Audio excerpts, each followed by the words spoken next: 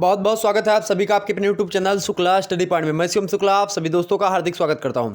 आज का वीडियो बहुत ही खास होने वाला है आप लोगों के लिए, इसलिए वीडियो को अंत तक जरूर देखिएगा। जैसा कि आपको थंबनेल में दिखाई पड़ा होगा कि बीए की परीक्षा में कॉपी कैसे लिखें। हालांकि इस वीडियो में चाहे आप बीए में है, चाहे बीएससी में, चाहे बीकॉम में, एमए में है, एमएससी में है, एमकॉम में है, चाहे आप बीएड की तैयारी कर रहे हैं, फिर बीएड में है प्रॉपर तरीके से, तो आपको अपनी परीक्षा में कॉपी कैसे लिखनी चाहिए, या आप यूपीएससी का जो है परीक्षा लिख रहे हैं, या आप यूपी पीसीएस की परीक्षा लिख रहे हैं, या फिर किसी भी स्टेट पीसीएस की परीक्षा लिख रहे हैं, लिखित परीक्षा आपकी हो रही, चाहे जो भी परीक्षा हो लिखित की, तो उसमें कॉपी लिखते समय किन किन बातों का ध्यान रखना चाहिए आपको। खास करके जो मेरा पर्पज है वो बीए वालों को बताऊंगा, क्योंकि मेरे छात्र छात्राएं बहुत ज़्यादा बीए के हैं, लेकिन बीएससी के भी पैरेलल हमारे छात्र छात्राएं हैं, तो बीएससी और बीकॉम, एमए और बीएड इन सभी के लिए खास करके यह वीडियो बहुत ही ज़्यादा पूर्ण समर्थित होगा, और बाकी के लिए भी जो है इंपॉर्टेंट है। ओके, चलिए हम बात कर लेते हैं कि आखिरकार आपकी परीक्षा में कॉपी जो है कैसे लिखने हैं आपको, और प्रश्न का उत्तर आपको किस तरीके से लिखना होगा। तो इन समस्त मुद्दों पर आज के वीडियो के अंतर्गत हम चर्चा करेंगे। तो वीडियो को पहले से लाइक कर दीजिए, चैनल पर नए हैं तो सब्सक्राइब कर दीजिएगा, क्योंकि इसी प्रकार से इंफॉर्मेटिव वीडियो मैं लगातार देता रहता हूं।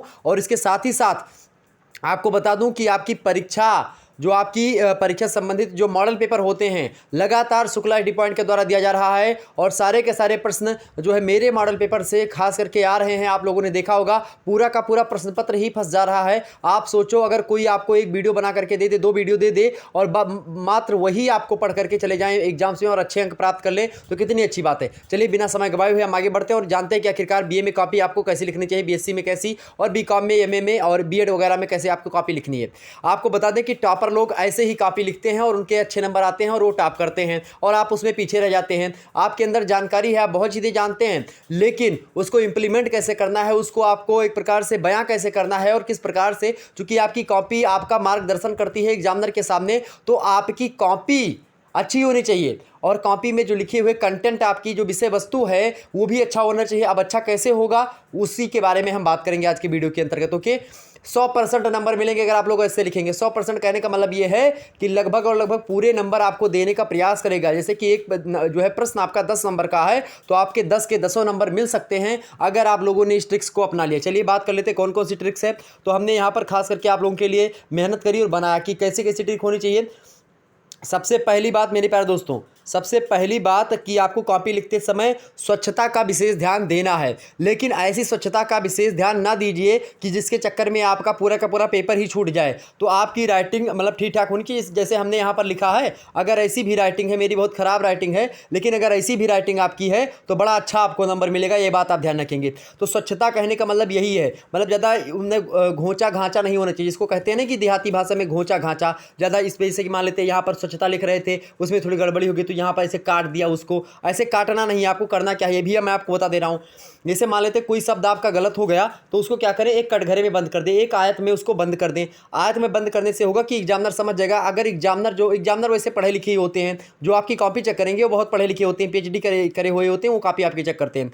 तो उन लोगों ने खास करके मुझे ये भी बताया कि जब कोई बच्चा कोई चीज़ गलत हो जाए, तो उसमें अगर वो कटघरे में उसको कर देता है आयत बना करके, और उसके स्थान पर स्टार करके, एक कोई स्टार करके, और यही सब जो कटघरे में लिखा हुआ है स्वच्छता, इसी स्वच्छता को सही तरीके से एक स्टार दे करके लिख देता है। चाहे कॉपी के नीचे लिख दे, मतलब कि चाहे ऊपर वाले पृष्ठ पर अगर यही लिख देता है, तो उसको पूरा का पूरा नंबर दिया जाता है, उसके नंबर नहीं करते। कोई चीज़ गलत हो जाती है, या मान लेते हैं आप कोई चीज़ लिख रहे हो और लाइन में आप जैसे मान लेते हैं यहाँ पर हमको बार बार एक ही शब्द यहाँ पर ना लिखें, ये चीज़ लिखी है मान लेते हैं।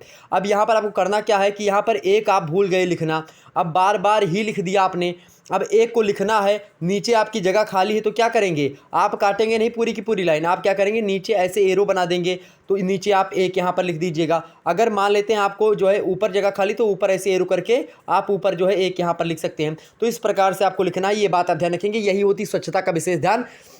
तो ये बात अगर आप लोगों ने कॉपी में करेंगे, जो है अगर जिन छात्रों ने की होगी उन्होंने टॉप किया होगा, निश्चित तौर पर जो आपकी कॉपी चेक करने वाले होते प्रोफेसर्स, वो लोग यही जो है फार्मूला बताते हैं स्वच्छता का। बाकी राइटिंग आपकी कैसी है उससे नहीं मतलब होता है, सुपाठ्य होना चाहिए उत्तर। कैसा होना चाहिए भाई, हमने सुपाठ्य रखा, अभी मैं उस पर चर्चा करूँगा। दूसरा मुद्दा क्या होता है भाई, दूसरा होता है सटीकता। सटीकता कहने का मतलब ये है आपका कि उत्तर आपका सटीक होना चाहिए। सटीक कहने का मतलब ये है कि अगर पूछा गया है कि बाबर भारत में कब आया, तो आप हुमायूं की पूरी रूपरेखा ना बताएं, आप केवल यही बताएं कि बाबर भारत में कब आया, और उसके बाबर के बारे में थोड़ा सा जो है और लीजिए। जैसे 50 शब्द बोला है तो आप अपने मन से उसमें रायता ना फैलाएं, 100 शब्दों में ना लिखें। ये आप जो है 50 शब्द बताए तो आप 60 लिख सकते हैं, 70 लिख सकते हैं, इससे ऊपर ना लिखें। हालांकि मेरे कहने का मतलब है कि 60 और 40 के आसपास अगर शब्दों में अगर आपका उत्तर होता है तो आपको पूरा का पूरा नंबर दिया जाता है। हालांकि एग्जामिनर्स आपके शब्द को गिनेगा नहीं, ये भी आप ध्यान रखेंगे। ओके, एग्जामिनर्स आपके शब्द को गिनेगा नहीं, ठीक। तो सटीकता उत्तर में जैसे कि जो भी पूछा गया है, जैसे मान लेते हैं आपसे पूछा गया कि भूगोल की मैं बात कर लेता हूं, मान लेते हैं आपसे भूगोल में पूछा गया कि भूगोल की अर्थ परिभाषा एवं विषय क्षेत्र की विवेचना कीजिए। प्रश्न ऐसा है तो आप एक हेडिंग आपकी जो है भूगोल का अर्थ पढ़ा होना चाहिए, दूसरी हेडिंग भूगोल की परिभाषा पढ़ी होनी चाहिए, तीसरी हेडिंग आपकी क्या पढ़ी होनी चाहिए, भूगोल का विषय क्षेत्र। ओके, और हेडिंग जहां तक है आप हिंदी और अंग्रेजी दोनों में लिखने का प्रयास करेंगे, आपकी काफ़ी अव्वल दर्जे की होगी और आपको अच्छा नंबर मिलेगा। मैं 100% दावे के साथ बोलता हूँ। जिन छात्र छात्रों ने ये ट्रिक अपनाई, मैंने जो है अगले साल बताया था, वो टॉप की और बाद में बताया कि सर जी आपकी ये ट्रिक बहुत अच्छी थी जो आपने बताई थी नेक्स्ट ईयर। ओके, वो वीडियो पड़ा हुआ है, आप लोग देख लीजिएगा उसको भी। तो सटीकता का कहने का मतलब ये होता है, कोई भी उत्तर लिखें तो उत्तर में सबसे पहले, जैसे कि कोई भी चीज़ पूछी गई है, सबसे पहले आप हेडिंग ना डालें, सबसे पहले कुछ प्रस्तावना में कुछ चीज़ें लिखें। किसमें? कुछ प्रस्तावना में चीज़ें लिखें। जैसे कि प्रस्तावना कहने का मतलब ये हेडिंग मत डालें प्रस्तावना की, आप लिखेंगे सीधे सीधे। जैसे कि थोड़ा सा जब भी लिखें तो थोड़ा सा आगे का जो जगह थोड़ा सा, जैसे यहाँ पर पूरी की पूरी लाइन है, ये देखिए ऊपर वाली लाइन, अब यहाँ से थोड़ा सा लिखने का प्रयास करें। जब भी लिखें थोड़ा सा छोड़ करके, ये लिखने की शैली होती है, ठीक है, ये बात आप ध्यान रखेंगे। तो ये चीज़ आपको करना है।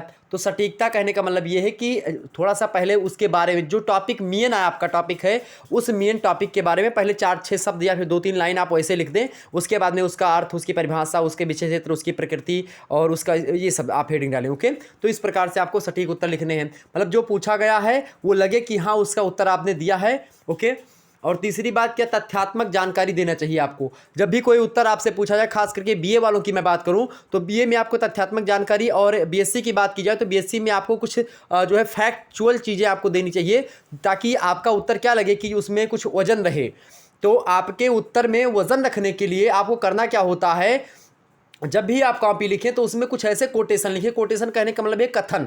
जैसे कि विद्वानों ने जो कथन कहे हैं ना, उन कथन को अगर आप इन्वर्टेड कामा में, और जब भी कथन लिखेंगे तो लिखेंगे फलाने महोदय के अनुसार। फलाने मतलब जो भी आपके व्यक्ति हों जिनके अनुसार आपको लिखना है। मान लेते हैं आपको लिखना है कि जो है गिलिन और गिलिन के अनुसार, तो आप लिखेंगे गिलिन और गिलिन के अनुसार, या गिलिन और गिलिन महोदय के अनुसार। तो आप जब 2 व्यक्ति हैं तो महोदय लगाना उतना उचित नहीं होगा। जब एक व्यक्ति को खास करके मान लेते कहते हैं कि अरस्तु महोदय के अनुसार, तो आप लिखेंगे कि हाँ जो है अरस्तु महोदय के अनुसार। उसके बाद में वहाँ पर एक कामा लगाएंगे अनुसार के बाद में, उसके बाद में फिर डबल इन्वर्टेड कामा ऊपर लगाएंगे। उसके बाद में उनका जो कथन है कि मनुष्य एक राजनीतिक व सामाजिक प्राणी है, फिर डबल इन्वर्टेड कामा जो है फुल स्टॉप के बाद में नीचे लगा करके बंद कर दें। तो ये जब ये भी लिखा होता है, और जब भी आप किसी का कथन लिखें, कोटेशन लिखें, तो उसको आप काले पेन से लिखें, अर्थात उस पर आपको थोड़ा सा उसको चटक लिखें, ताकि क्या हो, जैसे कि अगर आप नीले पेन से पूरा का पूरा उत्तर लिख रहे हैं तो आप काले पेन से उसको कोटेशन को लिखें, और स्केच वगैरह से या फिर काले पेन से हेडिंग डालें, लेकिन हेडिंग के नीचे थोड़ा एरो मतलब कि अंडरलाइन कर दें उसको, ताकि पता चले कि हाँ ये हेडिंग है। ओके, तो ये चीज़ आपको करनी है।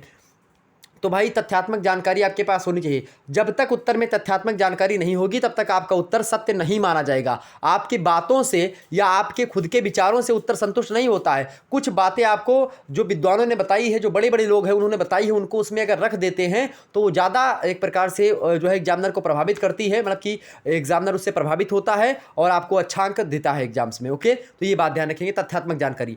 चौथी बात क्या होनी चाहिए आपकी, सुपाठ्य।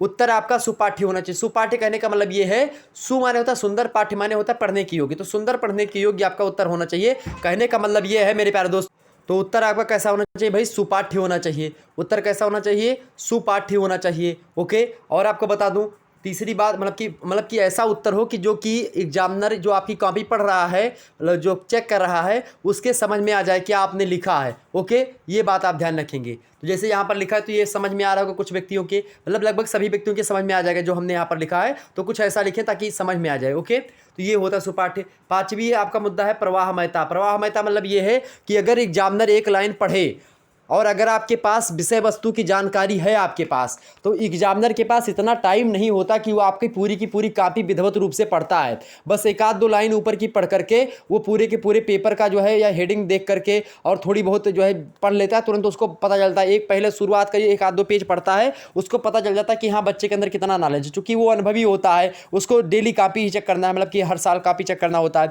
तो उसको इतना पता है कि कौन बच्चा कैसा लिखेगा। अगर आपके पास कंटेंट अर्थात विषय वस्तु की जानकारी है, आपका प्रश्न जो का उत्तर अगर आप लोगों के पास तथ्यात्मक जानकारी के साथ उत्तर भरा हुआ है, एक उत्तर अगर आपका सही है मेरे प्यारे दोस्तों, तो बाकी के उत्तर में वो उतना ज़्यादा रिस्क नहीं लेता है और आपके उत्तर अच्छे, मतलब कि आपको नंबर अच्छे तरीके से देने का प्रयास करता है। तो इसका मतलब कहने का मेरी ये है कि जब भी आप अपना उत्तर लिखें तो शुरुआत के जो 2-3 पेज हैं उसमें आप ऐसे उत्तर लिखें जो जिनके बारे में आपको पूरी की पूरी जानकारी हो, अर्थात उसमें प्रवाह महत्व। लिखते समय आपको अपनी भाषा शैली को विशेष ध्यान देना है। कहने का मतलब यह है कि भाषा शैली को ध्यान में रखते हुए ऐसी भाषा का प्रयोग करना है कि उसमें कुछ मिले, उनको क्या मक्खन मिले, जिससे वो चिपकते चले जाएं आपकी कॉपी से और पढ़ने पर मजबूर हो जाएं। अगर एक आध प्रश्न के उत्तर को आपने एग्जामिनर से पढ़वा लिया, निश्चित तौर पर आपको अच्छे अंक प्राप्त होंगे मेरे प्यारे दोस्तों। ये बात ध्यान से सुन लीजिएगा। ये आपका जो एक प्रकार से बता रहा हूँ, ये जो 4 सालों का अनुभव है वो मेरा बोल रहा है, ये बात आप ध्यान रखेंगे।